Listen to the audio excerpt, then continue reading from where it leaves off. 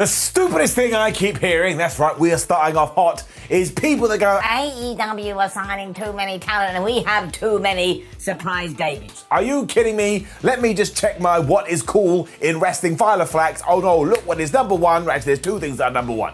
When the lights go out and they pop back on, then someone goes, ha, it's me. And it's like, woohoo, I can't believe they're here. And two, shock horror, is the surprise debut. I mean, in what other world can you do this? Ain't nobody just waltzing onto a football field before a match and then winning a title. Somebody would get disqualified and somebody would probably get kicked out of the sport. But in wrestling, you can actually do that because there's no rules other than the rules you make up yourself. But I would take this every single day of the week and twice on Sunday, which is very relevant because depending when you're watching this video, a Sunday that happened to host All Out may have actually had two surprise debuts. That's why my name is Simon Miller, welcome to What Culture Wrestling, and there are actually 5 people out there right now that could just turn up on AEW tomorrow, and here they are. I screwed that up. Why?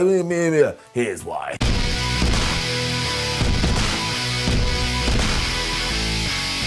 Now yes, just to make it clear, because I understand how YouTube works, by the time you've seen this video, a couple of people may have actually turned up in All Elite Wrestling, but that doesn't mean I don't want to stand here right now and get all excited deep down in my Tootsie Toes, because I absolutely do. So in at number 5 is the second worst kept secret in wrestling, the first being CM Punk from a few weeks ago, but it's Daniel Bryan, or Bryan Danielson, whatever. Because seriously, if he doesn't pop up at All Out, I am going to be massively confused. This is why I think you should headline with Kenny Omega versus Christian Cage. Kenny Omega should retain his world championship, and then you should get a surprise debut. That's right, it's going to be Daniel Bryan. And I genuinely believe fans in that building and around the world, because I'm going to do it, will lose their minds in the same way they lost their mind for CM Punk. And it's just going to be like, oh my gosh, there's too many wrestling moments. I am boiling over. We also have this cool ongoing debate about what music Daniel Bryan is going to come out to. Because obviously there's Ride of the Valkyries, which I would go for night 1 because it's going to get the biggest reaction because people will recognize it. But yes, you could absolutely do the final countdown as well, because if you don't know, that's what Bryan Danielson was using when he was out there on the indie scene. Do you know why apparently he chose this as well? Because he found a list of the worst songs ever.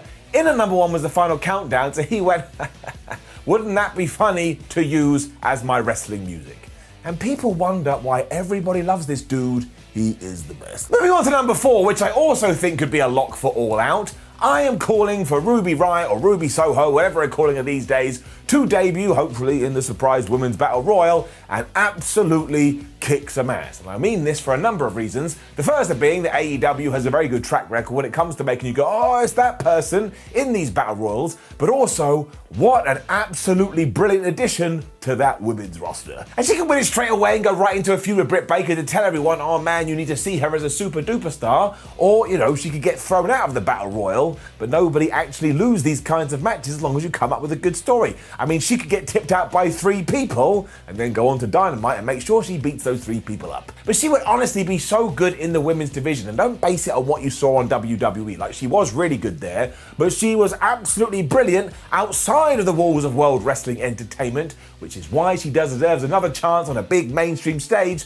to prove she's got what it takes. Plus, and I can't remember if I said this, she does bring something completely different to proceedings. And also, what are we waiting for? Christmas? Well, we don't want to wait for Christmas, because when we get to the seasonal time of the year, we may actually have another surprise debut. I'm so happy, and it comes in the form of this man right here in my hand, Adam Cole. Now, I am joking, of course, or just massively speculating, but seriously, I don't think Britt Baker is walking onto Dynamite and basically teasing a massive free agent unless something's in the works.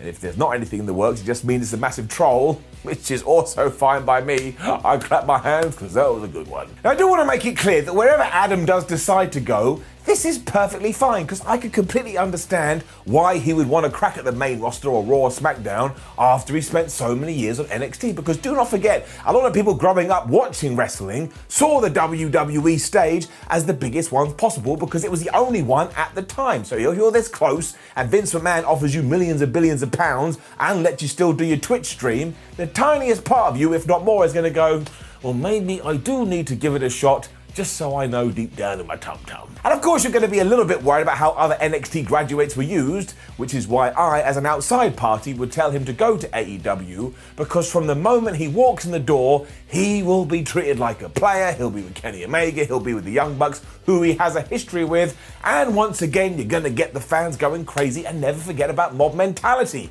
When you see other people going nuts, and you don't really understand, you're like, well, I would like to go nuts too. So all of a sudden, you put yourself in a position to go nuts. He's also a brilliant pro wrestler. People seem to have been forgetting about that as we're talking about it.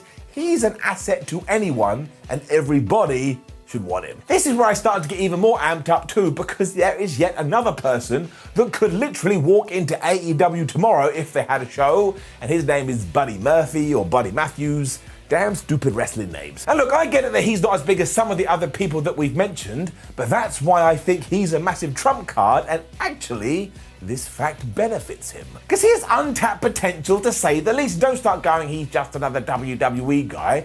No, he's not. He was given the opportunity to have a bunch of great matches, but when it came to character work and whatever else, he had that really awesome thing with Seth Rollins, but then that just had its leg cut out from underneath it and nobody understood why. And in terms of the story, I just assumed when I watched SmackDown that Buddy Murphy is chilling on some island with Rey Mysterio's daughter. I mean, it literally just stopped, and now, given what's happened, we ain't ever gonna get an ending.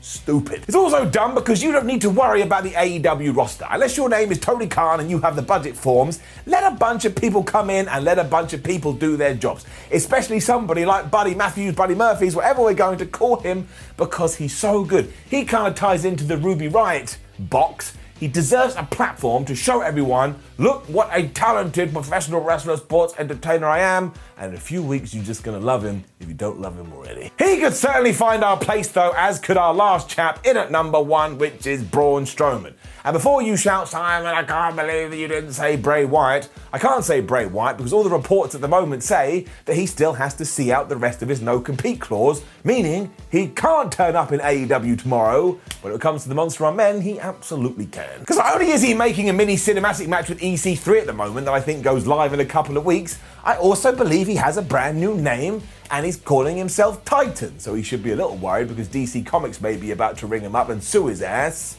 But I suppose good for him, he's giving it a go. And a part of me actually thinks that Braun would be better in Impact Wrestling. I don't know why, I just think he'd be a good fit there. But look at the track record when it does come to All Elite Wrestling debutantes. Nearly every single one has slowly risen until they found their place. I have no reason to doubt it wouldn't be the same here. How cool is this though, seriously? When was the last time you were watching professional wrestling when you actually weren't sure that somebody may turn up? Like you may just get some random music down there, that's the worst entrance theme ever, and that guy or that girl you recognize from the other show is now on the show you're watching. Look, if you weren't around the late 90s, you do not understand the joy this can possess. WCW and WWF were doing it all the time, and I, for one, as you can probably tell, am so stoked and I'm so pumped in a PG way that it's back.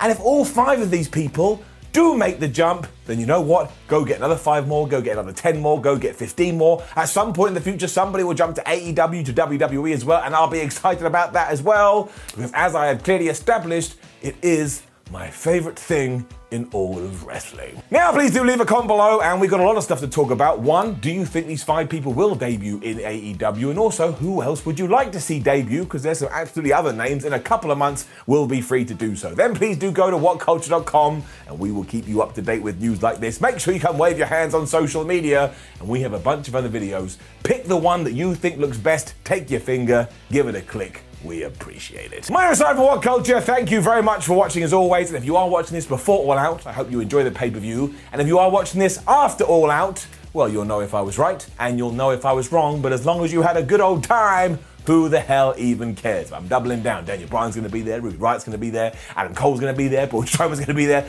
Buddy Murphy's going to be there. In fact, the whole show, every hour, is going to be a 5-hour show, and every 60 minutes, a new person is going to turn up. The internet's going to be going like, I don't believe it, this is rubbish, I can't believe they're doing it, and I'm going to be having kittens, which I still don't understand what it means, but hey, as long as I'm having a good time, you don't really need to worry about anything else, because the name is sports entertainment, kinda, but not really. You take my point. So as long as I'm entertained, happy days. See you soon.